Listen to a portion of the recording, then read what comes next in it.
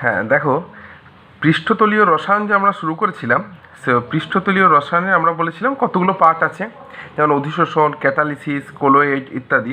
তো দেখো, অধিশোষণ যে পার্টটা ছিল আমরা সেটা পড়েছি আগের ক্লাসে। তো আজকে যে আমরা নতুন পার্টটা নিয়ে আলোচনা করব সেটা হচ্ছে আমাদের কি, ক্যাটালিসিস বা অনুঘটন। তো দেখো, অনুঘটন বা অনুঘটক ইত্যাদি সব যে টার্মগুলো সম্বন্ধে আছে সেগুলো নিয়ে আমরা আলোচনা করব। তার আগে বলি যে এই অনুঘটক ব্যাপারটা কী রকম। তো দেখো, এই জিনিসটা নিয়ে প্রথম আলোচনা শুরু করেছেন বা কাজ করেছিলেন বিজ্ঞানী বার্জেলিয়াস, সুইডিশ বিজ্ঞানী ছিলেন। উনি দেখেন যে ধরো কোনো একটা বিক্রিয়া এ প্লাস বি থেকে সি প্লাস ডি, ধরো এই একটা বিক্রিয়া। তো এই বিক্রিয়াটা ধরো বিক্রিয়া হচ্ছে, সেই বিক্রিয়াটা, তো এই বিক্রিয়াটার সঙ্গে দেখো কিন্তু অন্য একটা যে থার্ড মানে অন্য একটা যে পদার্থ, তার সঙ্গে কিন্তু এর কিন্তু ডাইরেক্ট কোনো রিলেশান নাই। ধরো এক্স এক্স কিন্তু এ আর বি এর সাথেও বা সি আর ডি এর সাথেও কোনো কিন্তু ডাইরেক্ট কোনো রিলেশান নাই, কিন্তু এক্সকে যদি আমি অ্যাড করি তাহলে কিন্তু দেখা যাচ্ছে কি এর বিক্রিয়ার হারটা বাড়ছে।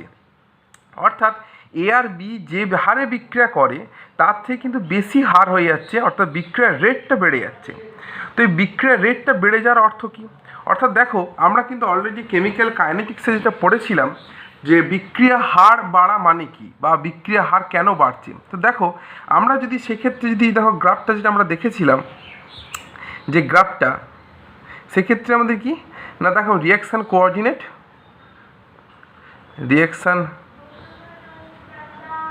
কোঅর্ডিনেট, তার সঙ্গে যদি আমরা এনার্জি যদি প্লট করি,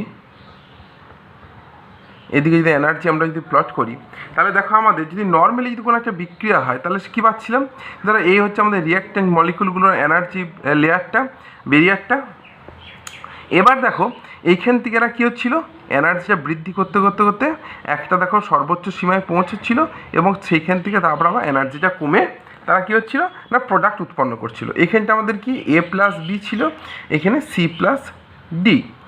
এখন যদি আমি এখানে এক্সকে যদি ইউজ করি, এখানে যদি প্লাস এক্স যদি অ্যাড করি, তাহলে আমাদের কি হবে? তাহলে দেখো আমাদের কি হবে না, এইটা হচ্ছে আমাদের কি একটা ক্যাটালিস্ট বা অনুঘটক। এ কি করবে, এই যে এনার্জি যে লেয়ারটা আমাদের ছিল সেটা অপেক্ষাকৃত কম এনার্জি লেয়ারে বা কম এনার্জি বেরিয়ারই দেখো বিক্রিয়াটা আমাদের সম্পন্ন হয়ে যাচ্ছে। অর্থাৎ এ কী করছে না, এই বিক্রিয়ার জন্য যে আমাদের অ্যাক্টিভেশন এনার্জিটা প্রয়োজন হচ্ছিল, দেখো প্রথম ক্ষেত্রে এইটা ধরো আমাদের যখন আমরা অনুঘটক ইউজ করিনি, সেইটা ধরো আমাদের কী হচ্ছিল না, এ। এবার যে আমি ইউজ করলাম কি অনু ক্যাটালিস্ট ইউজ করেছি, তাহলে এখন আমাদের কোনটা অ্যাক্টিভেশন এনার্জির প্রয়োজন হচ্ছে না, এই পরিমাণটা। তাহলে এ ধরো ড্যাশ। তাহলে এখন আমি কি বলতে পারি যে দেখো এটা এ গ্রেটার দ্যান এ ড্যাশ। অর্থাৎ দেখো, আমি যদি যখন আমি একটা কোনো অনুঘটক ব্যবহার করছি তখন সেক্ষেত্রে আমাদের কি হচ্ছে, সেক্ষেত্রে কিন্তু আমাদের কিন্তু অ্যাক্টিভেশন এনার্জির মানটা কমে যাচ্ছে। তাহলে যেহেতু অ্যাক্টিভেশন এনার্জির মানটা কমে যাচ্ছে, তখন আমাদের কী হবে, রিয়াকশান রেটটা বৃদ্ধি পেয়ে যাবে।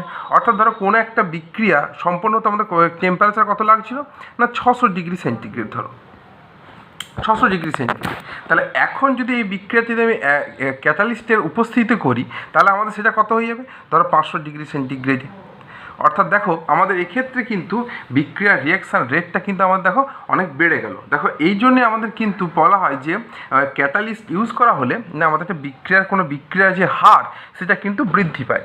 তাহলে এইটাই দেখো আমাদের অনুঘটক। এবার তাহলে অনুঘটক বা অনুঘটনের আমাদের ডেফিনেশনটা তাহলে কী হবে, তাহলে প্রথমে বলি অনুঘটকের ডেফিনেশনটা তাহলে আমাদের কী আছে।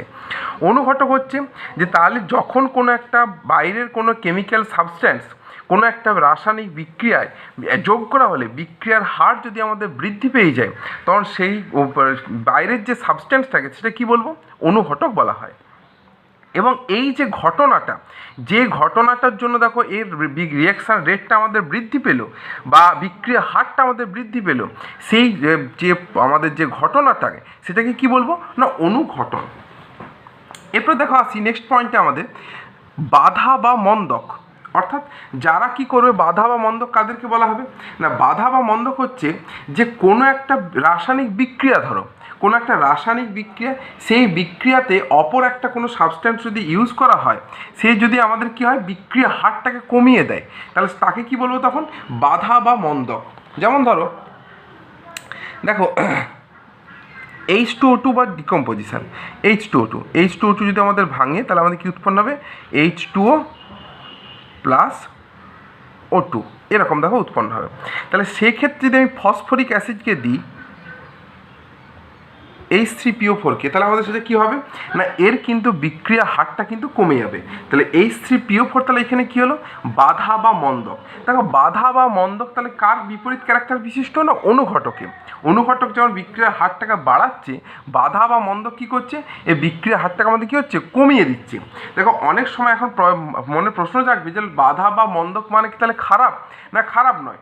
অনেক সময় দেখবি আমাদের যেমন H2O2 ডিকম্পোজিশনই বলছি, H2O2 ডিকম্পোজিশন কিন্তু খুব ফাস্ট রেটে হয়।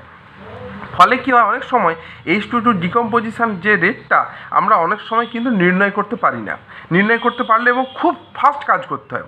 কিন্তু যখন আমি ধরো ফসফরিক দিলাম তখন কিন্তু H2O2 ডিকম্পোজিশন রেটটা কী হবে কমে যাবে। তখন H2O2 সম্বন্ধে যে বিভিন্ন যে আমাদের কাইনেটিক স্টাডি করা বা বিভিন্ন যে কাজকর্ম করা সেটা কিন্তু করাটা অনেকটা সুবিধাজনক হয়। তো সেই জন্য কী হয় এটা H3PO4 দিলে H2O2 যে আমাদের ডিকম্পোজিশন রেটটা অর্থাৎ যে ভেঙে যাওয়ার যে হারটা সেটা কিন্তু কমে যায়। এই হলো দেখো আমাদের বাধা বা মন্দক। এরপর আসি অনুঘটক উদ্দীপক কাকে বলা হয়।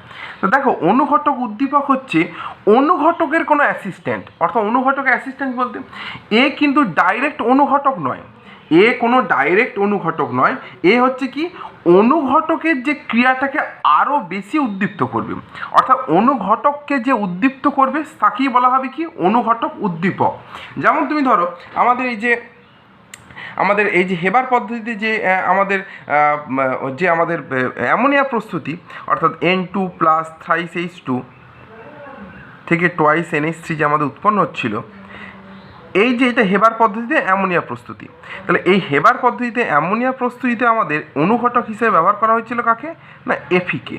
এফি হচ্ছে কিন্তু এখানে ক্যাটালিস্ট, এফি হচ্ছে এখানে আমাদের কি ক্যাটালিস্ট, এফি কিন্তু আমাদের এখানে ক্যাটালিস্ট। এবারে এফির যে কার্যকারিতাটা আরও বৃদ্ধি পাবে কখন যদি আমি ধরো এখানে মিক্সড করি না K2O plus Al2O3, K2O plus Al2O3 যদি আমি ইউজ করি তখন কি দেখা যাবে না যে এই এফির যে কার্যকারিতাটা বৃদ্ধি পাচ্ছে কার দ্বারা এই মিক্সচারটা দ্বারা। তাহলে এ হচ্ছে কি আমাদের এ হচ্ছে কিন্তু ক্যাটালিস্ট প্রমোটার, অর্থাৎ এ কিন্তু এই বিক্রিয়ার সঙ্গে তো কোনো সম্পর্ক নেই, এই বিক্রিয়ার সঙ্গে এর কোনো সম্পর্ক নেই।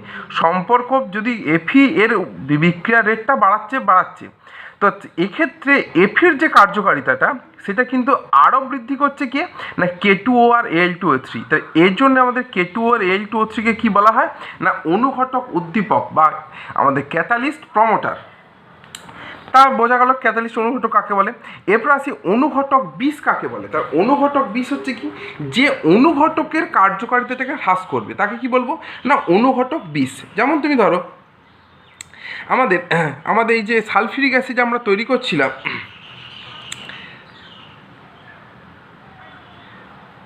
দেখো সালফিউরিক অ্যাসিড আমাদের কী করছিলাম না ধরো S+O2 থেকে SO2 আবার SO2 প্লাস O2 থেকে আমাদের কী হচ্ছে SO3 উৎপন্ন হচ্ছিল।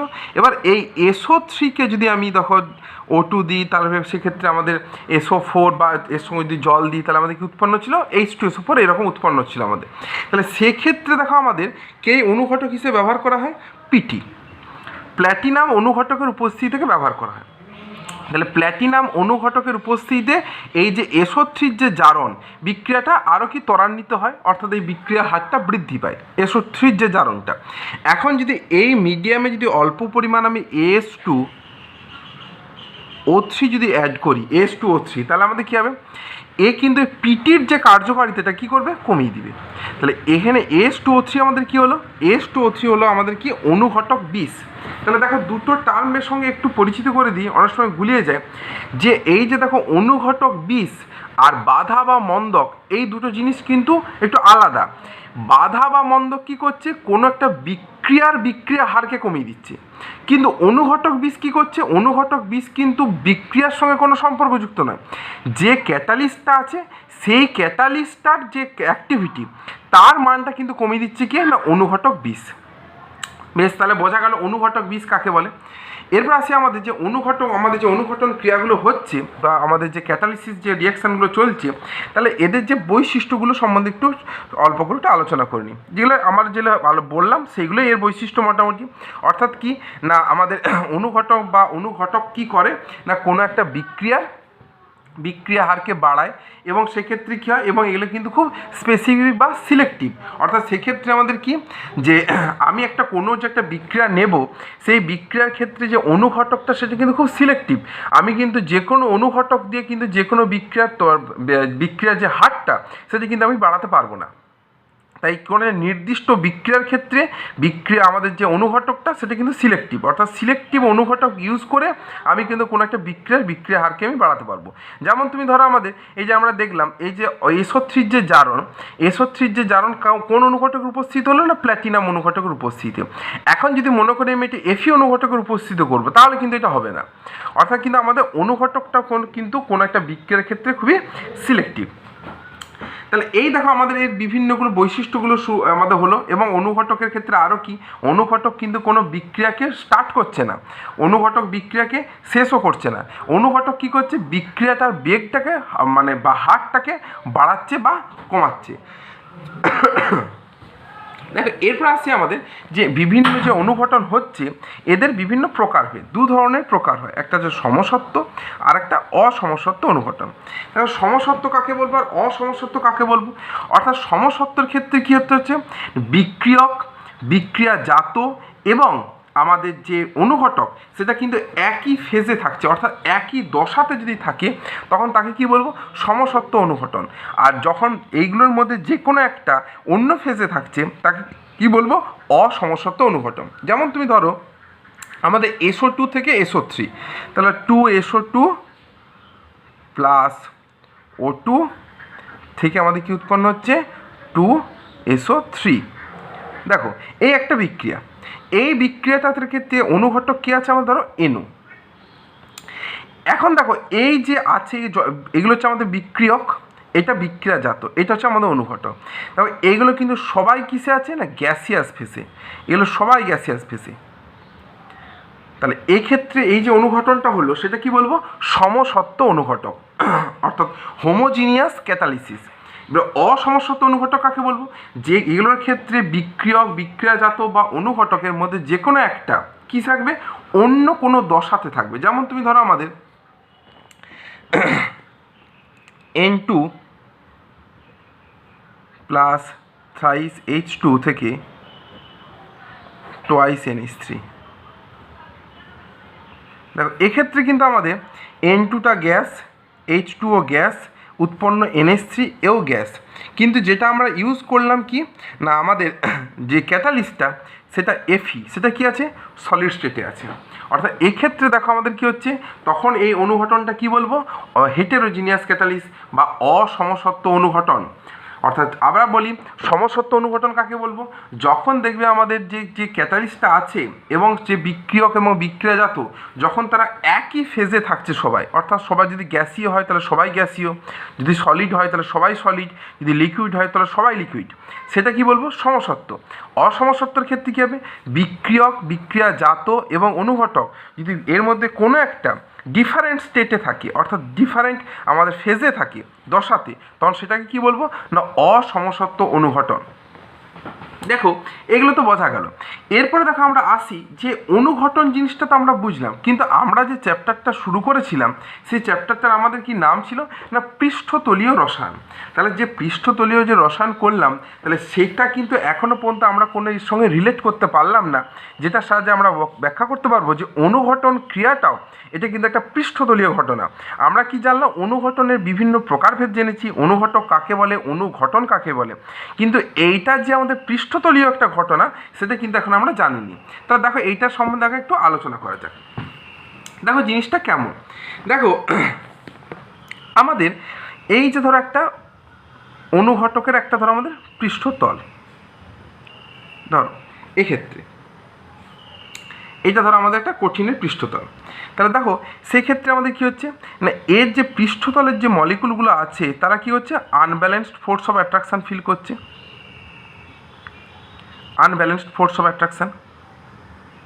কোনগুলো না, এইগুলো দেখো আনব্যালেন্সড, আর এইগুলোর ক্ষেত্রে কী হচ্ছিল আমাদের, এগুলোর ক্ষেত্রে হচ্ছে যে ব্যালেন্সড।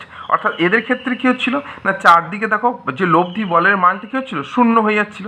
অর্থাৎ দেখো আমাদের এই ধরো চারটে মলিকুল আমাদের আছে, তাদের ক্ষেত্রে কী হচ্ছিল, ব্যালেন্সড হয়ে যাচ্ছিল, এর মানটা কত হয়ে যাচ্ছিল, 0 হয়ে যাচ্ছিল। কিন্তু যখন আমি এইটার ক্ষেত্রে আসছি বলতে ধরো এই হচ্ছে উপরের এই মলিকুলটা আমাদের, তাহলে তার ক্ষেত্রে দেখো এই বলটা আছে, এই বল আছে, এই বল আছে, কিন্তু উপরের দিকে যে বলটা না থাকার জন্য লব্ধি বলটা কী হচ্ছে, উপরের দিকে আমাদের চলে যাবে। অর্থাৎ এর কিন্তু ফোর্স অফ অ্যাট্রাকশান থাকবে অপর কোনো একটা অণুকে বা মলিকুলকে সেটাকে অ্যাট্রাক্ট করা। এখন দেখো এর এই ধরো এই মলিকুলটা এই মলিকুলটা, এই দুটোর মধ্যে আবার পার্থক্য আছে, এই মলিকুলটা এবং এই মলিকুলটা, এইগুলোর ক্ষেত্রে কেন, এইগুলোর ক্ষেত্রে দেখো যখন আনব্যালেন্সড ফোর্স অফ অ্যাট্রাকশনের মান যা, এইগুলোর মান কিন্তু আরও বেশি। কেন, এরা দেখো দুটো দিকেই আনব্যালেন্সড, দেখো এই দিকেও আনব্যালেন্সড, আবার দেখো এই দিকেও আনব্যালেন্সড। ফলে এই যে মলিকুলগুলো আছে বা এই যে অণুগুলো আছে যারা পৃষ্ঠতলে, তারা কিন্তু আরও অনেক বেশি আনব্যালেন্সড হয়। এই ধরনের যে আমাদের ধরো যে সলিড সারফেসগুলো যেগুলো আছে বা সলিড যে আমাদের যেগুলো আছে, সলিড যে আমাদের অনুঘটক যদি আমরা নেওয়া হয় সলিড আকারে, তাহলে সেগুলোর ক্ষেত্রে সেগুলো যদি কোনো অংশ যদি আমাদের যদি ছিদ্র থাকে বা ফাটা থাকে, তাহলে সেই অংশগুলোর কী হবে, সেই অংশগুলোর মলিকুলগুলোর কিন্তু ফোর্স অফ অ্যাট্রাকশানের মানটা আরও বেড়ে যায়। কাদের থেকে তুলনায়, যেগুলো নর্মাল ট্রেন্ডে দেখা আছে উপরের দিকেগুলো যেগুলো আছে, তাহলে সেগুলোর ক্ষেত্রে কী হয়, সেগুলোর ক্ষেত্রে কিন্তু অ্যাট্রাকশানের মানটা অনেক বেড়ে যায়। এই যে সাইটগুলো আছে, এই যে সাইটগুলো যাদের অ্যাট্রাকশান পাওয়ারটা তুলনামূলকভাবে এই যে উপরে যে মলিকুলগুলো শুধু আছে তাদের থেকে অনেক বেশি হয়ে যায়, তাদের ক্ষেত্রে কী বলা হয় না অ্যাক্টিভ সাইট বা অ্যাক্টিভ সেন্টার, অ্যাক্টিভ সেন্টার। দেখো এই মলিকুলটার ক্ষেত্রে যদি বিবেচনা করা যায় বা এই মলিকুলটার ক্ষেত্রে, তাহলে এই মলিকুলটার দেখো পাশের মলিকুল কোনটা, এইটা, নিচের মলিকুল কিন্তু এইটা। ফলে দেখো এর ক্ষেত্রে কিন্তু আর 3 দিকেও নয়, এর ক্ষেত্রে মাত্র 2 দিকে।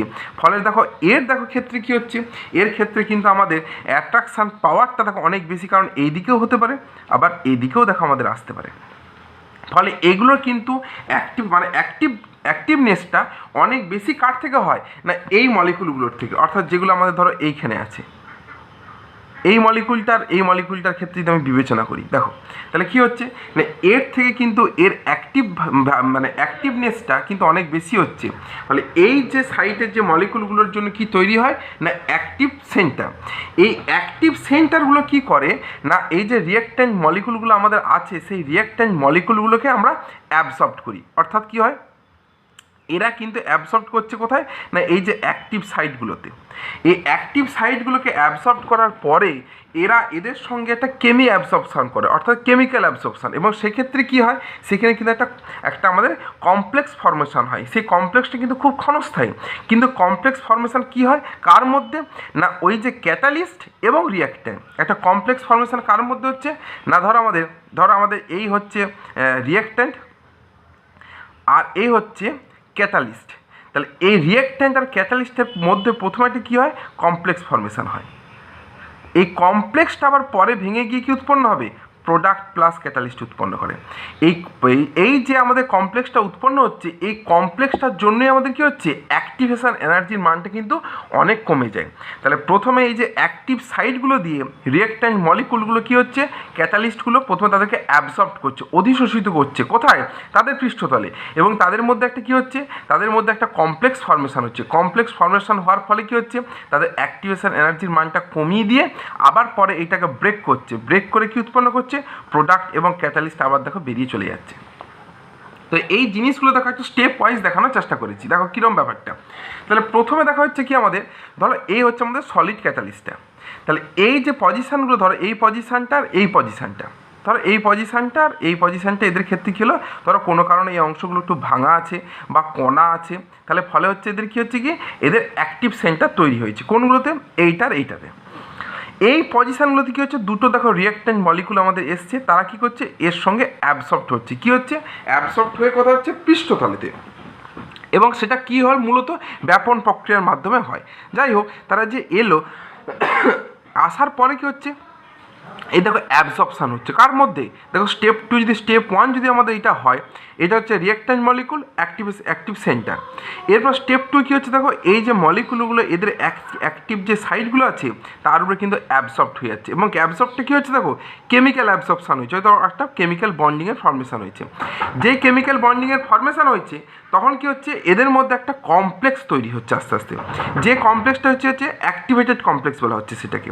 সেই অ্যাক্টিভেটেড কমপ্লেক্সটা কিন্তু হচ্ছে কি না, অপেক্ষাকৃত অনেক কম লোয়ার এনার্জির কাছ থেকে, যখন যদি এই বিক্রিয়াটা কী হচ্ছে, আমাদের যদি ধরো একটা বিক্রিয়া ছিল আমাদের ধরো 8 থেকে যদি শুধু প্রোডাক্ট হতো, ধরো শুধু আমাদের কী হচ্ছে 8 থেকে যদি আমাদের প্রোডাক্ট হতো, তাহলে তার থেকে কিন্তু অনেক কম হচ্ছে, কারণ এর মাঝে কী হচ্ছে, একটা অ্যাক্টিভেটেড কমপ্লেক্স হচ্ছে। তাহলে এইটা দেখো আমাদের সেই অ্যাক্টিভেটেড কমপ্লেক্সটা, এই অ্যাক্টিভেটেড কমপ্লেক্সটা আবার কী হচ্ছে, স্টেপ 4 গিয়ে এরা কিন্তু আবার ব্রেক করছে, যেখানে কী হচ্ছে, আমাদের ফর্মেশন অফ প্রোডাক্ট শুরু হয়ে গেছে। এবার এইখানে কিন্তু আর রিঅ্যাক্ট্যান্ট নয়, এ হচ্ছে প্রোডাক্ট, এ হচ্ছে ক্যাটালিসিস। পরে কী হচ্ছে, এই পৃষ্ঠতল থেকে আবার এ বেরিয়ে যাচ্ছে, বেরিয়ে যে কী হচ্ছে, সম্পূর্ণ আলাদা রূপে প্রোডাক্ট এবং সম্পূর্ণ আলাদা রূপে ক্যাটালিস্ট আকারে এখান থেকে বেরিয়ে যাচ্ছে।